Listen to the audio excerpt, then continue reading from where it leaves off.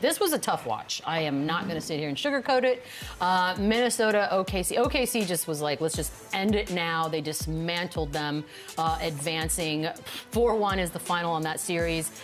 SGA with 34, Jalen Williams with 19, Chet had 22, Ant 19, Julius Randle with 24, many other numbers follow that along, but this thing was over when it started.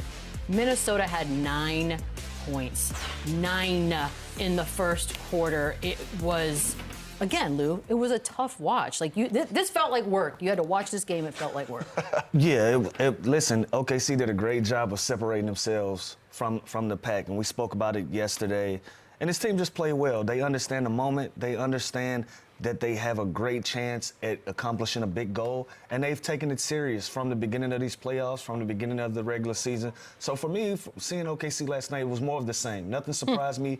Nothing jumped out at me. This is who this team has been the entire year. And they're getting closer and closer to a goal that they've set for themselves. And they're steadfast on accomplishing it. So, like I said, it was more of the same. This wasn't about Minnesota as much as it was about OKC to me. Fair. Yeah, Denver has been the only team that's given them a run for their money. Other than that, they've stomped on everybody. Nobody was excluded from that, and they took care of business.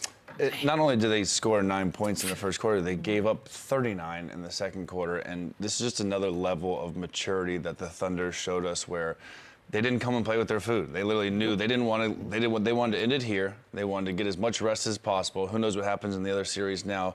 Obviously, the finals aren't starting until, I believe, next Thursday. But this was just a big-time performance. On the they needed this win. They collectively played unbelievable. They locked in. They continue to do what they've done all season long, and they didn't even give them any hope. This game was over in the first quarter, and that's exactly what you want to see from a maturing team that has a bigger picture goal, and that's the NBA championship. You know what's crazy about this team, too? I mean, they're the second youngest team to make the finals in the shot clock era. That's like 70 Who was younger? years. That's a good question. Who in 70 years? What, OKC maybe? Maybe, was it? Bill OKC? Walton's Portland Trailblazers. Way wrong.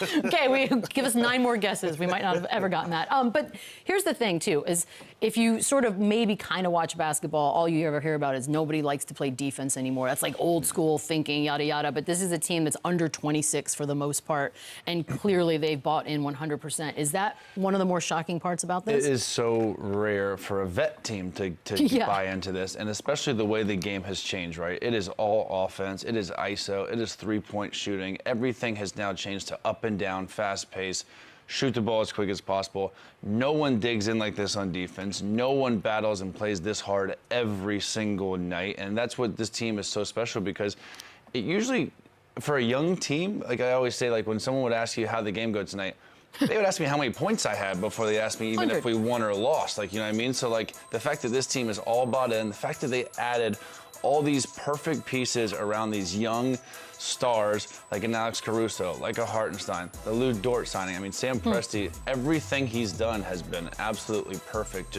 and it all fits. It's all chemistry. It just all meshes so well together, and everybody knows their role. And that to me is the most impressive part, that none of these guys, which I'm sure they do, I'm sure they have their talks with their friends, or you could be on the Bulls right now averaging 20. You could have someone, they don't care about that. They bought in to Sam Presti's philosophy, to Coach Dagnall's team, their goals, and they have one goal is to win a championship, and it takes all of them, and they all are doing their role perfectly. You know why they have a perfect buy-in? Because they have the personnel to do it. They got a lot of guys that take pride in playing defense. So when you're a coach and you look down at your bench and you look at your roster and you got 5 or 6 guys that are willing to play defense and they don't care about scoring points, it's easy to build your defense around that. It's easy to get guys to buy into that because you have the personnel to do it. They got so many guys that can take marquee matchups, and it's usually on the team is going to be 1 or 2 guys that are going to be marquee matchups, right? 3 or 4 other guys that switch on, we'll take that matchup too. Switch again, we'll take that matchup too. They have so many guys, and they don't allow you to play one-on-one. Everybody is getting jumped. Every single play. If you're driving to the rim, there's going to be 2 or 3 guys. We're going to rotate out. We're going to scramble drill. This team, they do everything on the defensive end well, whether it's individual defense, team defense, making you play in the crowd, or even if you're going to ISO, we're still going to be boxes and elbows. We're going to be in your face. They don't allow anybody to be on the island on their team. And again, when you have the personnel to do that, it's easy for a coach to be able to build a great defense around that. Yeah, and you made a good point, I think, last week or this week, where you say they have no holes, they have no mismatches. They're giving the other team a mismatch when they put a Caruso on a Julius Randle, sure. and they're starting with on Jokic. They're He's on starting Jokic. undersized. They're starting undersized when they put Alex Caruso on Jokic. And the way they are all on a string, like you saw Anthony Edwards last night, he said there's like a puppets on strings. Like everything they do is a unit. They move together, they communicate, and they just play hard. I think that's where the youth helps them every single night. There's no load management with the team. Have we ever heard of like a distraction with this team? There's no drama ever coming out of this. They do every interview together. They're a team. They're like having fun. They're enjoying this, and they're completely just living in the moment for such a young team. It was unbelievable. So it's the best young team in NBA history. And they're probably in the best place to do it. It's not a lot to get distracted from in OKC. How and dare you? Yeah, but that's not a diss. That's a great thing. They got a great fan base. This fan base loves this basketball team.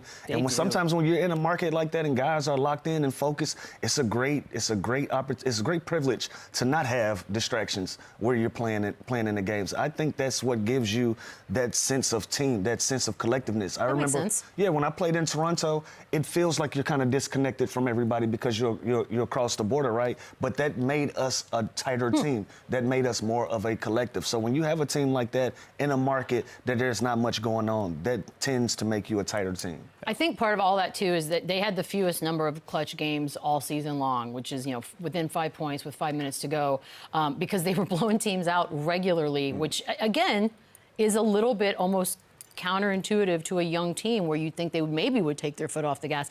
It feels like there's a game within a game. Like they're playing their opponent and everybody's aware of that, but then they're also amongst each other, like outdoing each other in all the good aspects of basketball. Yeah, 100%. Like it feels like I'm watching that. And think about even SGA, like he averages what he averaged points-wise, and he probably didn't play the fourth quarter double-digit times because these games were out of reach. They were blowouts. They handled their business early. And again, a game like last night, there's so much opportunity for them to let up and to take their foot off the gas and know we're up 3-1. We can afford to smoke one here or there.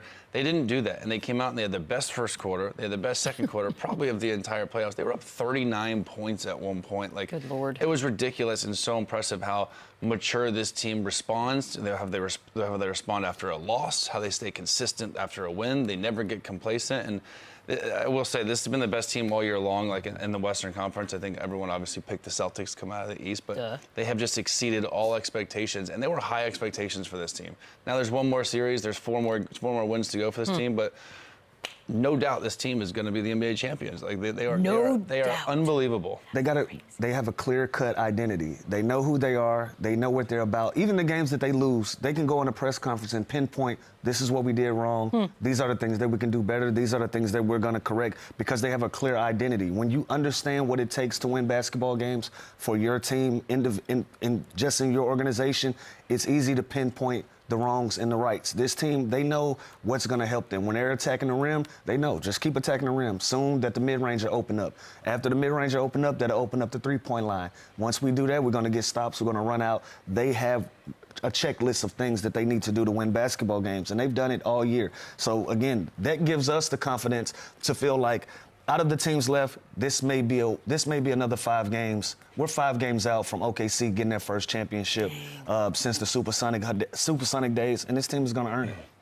And think about like SGA, the game they lost, and he's walking off the court smiling. Like usually that would piss off. Like some people got mad. Some people got mad. But don't you trust him by now? And I love what he said. It's easy to smile when you're winning, and nothing changed for him. That's just and even when they got blown out in Game 4 in this series, like they come right back. Or Game 3, they respond. They come right back, and their mindset and their attitude and their effort, most importantly, just never changes. And it's throughout. Like it's just not one guy. It's everybody doing the same thing. So you got SGA, Chet, and Jalen Williams. They combined for 75 last night. We want to do the homegrown conversation now. I preface it with, obviously, SGA was part of a trade, but he was part of a flashy trade. He was not the main focus of when that trade went down, and it was a year into his career. So we're counting that as homegrown. Lou, are they the best homegrown trio since, Steph, Clay, and Draymond?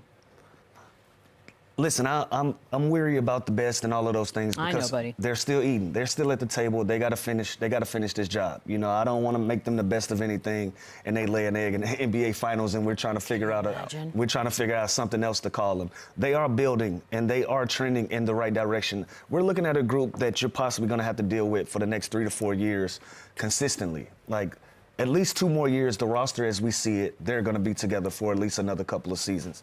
They're going to put a lot of pressure on the league. So they are building out to be one of the best teams that we've seen in a long time. But you can go back to even the Golden State Warriors. When they begin to go on their run, it was kind of a surprise. They got the first, and we were like, okay.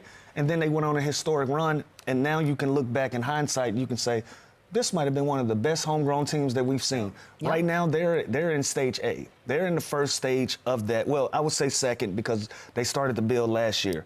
They are very early in the process of them becoming one of the best teams, but I love the way that it's moving. And Golden State is slightly different because they were all drafted there, and it does, like you said, it's SGA's 1 year into his career. It just feels like he was meant to be here. The player he is today is because of that franchise, right? Because of Oklahoma City Thunder, and he developed into this MVP player there. So it does feel like he's homegrown, even though he was a Clipper and he was part of the trade. To compare him to the Warriors, again, they got a couple of championships. What about Spurs? Spurs homegrown. Spurs, again, it's early. Like Lou said, we can't be. I fully think they're going to win the championship this year, and they haven't done anything to show me otherwise. But yes, this team is building a dynasty, which is funny to say because they haven't even won a championship. It does feel like foregone, they are building a dynasty. They are not going anywhere. Every team in the Western Conference especially, has to now build a team to go through them because this is the team to beat, regardless of what happens. Like Lou said, I think they're under contract at least the next 2 years to be together with this main core. And by the way, their core is like 12 guys. So they are going to be together, and they are going to be winning a lot of games for the foreseeable. Which sort of makes Ant's, quotes after the game where he's like, I'm only 23, I've been here twice, I'll be here. It's like, yeah, you might get here again, but you're going to have to deal with this team now for the foreseeable future. Yeah, I love the attitude, but Ant just slightly missed the mark because, hey, listen, you've had a lot of success early on. I don't want you to take that for granted. You know, I've been to the Eastern Conference Finals once in 17 years. Like, that is something that you don't want to take for granted. Those opportunities come few and in between. And like we said, and you've been blessed to be able to do this consecutive years. These teams are going to get better. Yep. They're not going to wait around for you. So sometimes we got to take advantage of the opportunities that's in front of us instead of looking ahead. And that's what I want to see him work on this summer. I want him to understand the magnitude of where his career can go from here. Everybody around you is building. And he's going to be one of the great players of our time, of this generation's time. But so is SGA, so is Brunson, so is Halliburton, so is a lot of these guys. You still got guys, you still got the Trae Youngs, you still got the Lucas, you still got these guys that want to prove something to themselves. They want to prove something to their fan bases. So you got so many different storylines of young players in this league, and guards especially, that are still trying to make an imprint on this league. So don't take for granted the opportunities that you've been afforded and that you've earned thus far, because there are 100 other guys that want those chances as well. Yeah. And he's been there twice. I get how he could see it that way. He is 23 years old, and that is remarkable. That is unbelievable that he's done it this far. Let's not forget how good the Western Conference is. Let's not forget the 13th seed San Antonio Spurs are going to make a huge leap. I left Wemby out of what I just said. But I knew you meant to keep him. You know what I mean? So, again, I understand what he's saying. I love that he even said, I feel bad for Mike Conley, a guy that's a vet that who knows if he's ever going to get back to this level again. Who knows if Anthony Edwards is never going to get back to this level. It's not a given. That's where I don't want him to be mistaken, because it isn't easy. He should know that firsthand, how hard it is to get here and how competitive it is. And the Thunder are in a much better situation than the Timberwolves. If we're counting the Thunder kind of a shoe-in, obviously things can happen, but if they're the team, that means there's only 14. There's 14 teams for one other spot to get to that Western Conference Final, and Minnesota is by no means guaranteed to get that. So I love his confidence. I love his attitude. This is Anthony Edwards to a T. And I get the logic. I get it. Yep. But it should hurt, and you should want more than the Western Conference Conference. Finals. I mean, that is also part of, big picture's harder at 23 than 33. He'll see it differently. Home court advantage in this thing. Look, a lot's been made, even during the broadcast last night. A couple times Mike Breen was like, can't hear the whistle, can't hear anything that's going on out there. And we've got Indiana and New York left, whoever makes it to the finals on that side. Who do you think has the best home court advantage? Is it OKC? It's OKC. Good Lord. And I played the playoffs there in first round, 2012, and it was chaos. Like, they're passionate. They're on their feet. They're waving the towels. Like Lou said, this is the hottest ticket in town. This is their team. This is their baby. So they are going to support. You'd rarely hear boos coming out of this arena when teams get up big on them. So this is a real supportive, loyal fan base. And as far as the teams left, yeah, we know how crazy the Knicks fans are and how that can cause some real problems in the streets. Indiana basketball, they have the deep roots there too, but I got to give it to the Thunder. It's always been crazy. And again, their team is so good. They have something. They have hope. They're thinking championship or bust right now. The parade is planned. Yeah. It has to be at this point. Yeah, the shirts are being made. The shirts are all made. They have so many shirts, by the way. Every game's another shirt. Yeah, it's a lot of shirts. Budget's out of control in OKC. I don't know. Is there a louder place? A lot of people haven't been to a game in OKC. I love OKC. I love playing there. It's a great place to play. Even as an opponent, you rarely hear anybody say anything disrespectful or across the line. But they're very, very passionate about their team. Very passionate about the way that they go about being a fan base. I really love the way that their fans carry themselves. I want to give them their flowers for that. But it's a tough place to play if you're an opponent. And they win a lot of basketball games there. Great college town. They have a lot of college energy. You know, they have a rich history of winning in college sports. And you bring that over to the pro side. You bring that enthusiasm and that excitement for your team to the pro side. You have some special brewing. And that's what OKC has been able to do. That is what it is, huh? Because Oklahoma's like a college sports state. And this team is so young, it kind of feels like a college team. Yeah, if the fans feel like they're excited like you are at a college sporting event more than anything else. Obviously, SGA was the Western Conference Finals MVP. Duh. You add that to his already rewarded MVP award, and now he's got a chance to win a ring in the same season, and that has not been done since Steph Curry won all of the awards back in 14-15. I don't know, last 10 years, can you name anybody who's had a better run, a guard who's had a better run? Outside that, Steph Curry. That's the only other one. No. This has been an unbelievable ride for him. He continues to get better. The most 30, 40, 50-point games. Again, he doesn't even play the fourth quarter for 25, 30% of the game. So it has been unbelievable. And again, just collectively, this team, how there's a pecking order, there's roles, and everyone just stands in line and they follow suit. And again, SGA gets all the flowers, but Chet Holmgren was unbelievable in this series. We always talk about Evan Mobley for the Cavs has to make that jump. He's made that jump, and I can argue he could even make a bigger jump to continue to dominate and continue to grow as a big three. And again, we don't like the big three thing because SGA is so good, but this is a big three, and it is the best big three in the NBA. And we're not even going to argue about that. We've already talked about the fact that this could very well be the beginning of a dynastic run for them for at least the next several years. So now we got to look at everybody else. The West is obviously great, Lou, but if you are now a GM, if you're going into these rooms here in this offseason, is literally your entire motivation in the West you got to build something that beats these guys? Yep, everything is going to flow through OKC, and they're going to make the Western Conference adjust around them. And again, this is a group that's going to be together for the foreseeable future. They're going to have to deal with them, and you're going to have to build teams that's going to be able to beat them or at least compete with these guys. So now that you're looking around the league, you're trying to get a 4 or 5 that can shoot, that can stretch the floor. You're trying to find some hard work, some gritty guys that can go out there and play defense. I don't know if you're going to find anything close to SGA, but if you got a guy that's in his class, you want to build around him, and you want to put some really good pieces around him for you to even think about having a chance to come out of the West, because this team ain't going nowhere. Yeah, and this isn't new, right? Like people during the Golden State dynasty, they tried to match up with them. Yep. Jokic after the championship, every Minnesota team built to beat them. We're still seeing remnants of teams that were built to beat Golden State. We're still seeing some old ruins of that. Think about this. A couple years, like you said, the Minnesota is built to beat Denver. Denver took this team to 7 games. Let's also not forget about that. In hindsight, probably should be talked about a bunch today. Unbelievable, and I think we knew it because we called it. We said whoever this is the series. This is the champion coming out of the series. I believe those are the 2 best teams in the NBA that were left, especially with Tatum and the Celtics going out. Mm-hmm. This team took them to 7 games. So they're also, again, as good as the Thunder are and they're building, this is not a guarantee. This is not a shoe-in for them just to make the finals, because think about the playoff race with 3 to 8. The Houston Rockets are going to be good again. The Lakers, the Clippers, the Mavs are going to be better. Like there is going to be so many good teams, and they are going to add pieces to compete better and more with the Oklahoma City Thunder. And also, think about it. Let's say this thing goes left for OKC. They have enough assets to fix whatever the problem is. 100%. God, it's crazy. Yeah, they can make any adjustments that they need. Whatever they need. For a while. Converse had an ad that came out after this game. I'm curious as to what we think about this, as far as taking a little shot at Ant. Are we? Yeah, there. Oh wow. Oh wow.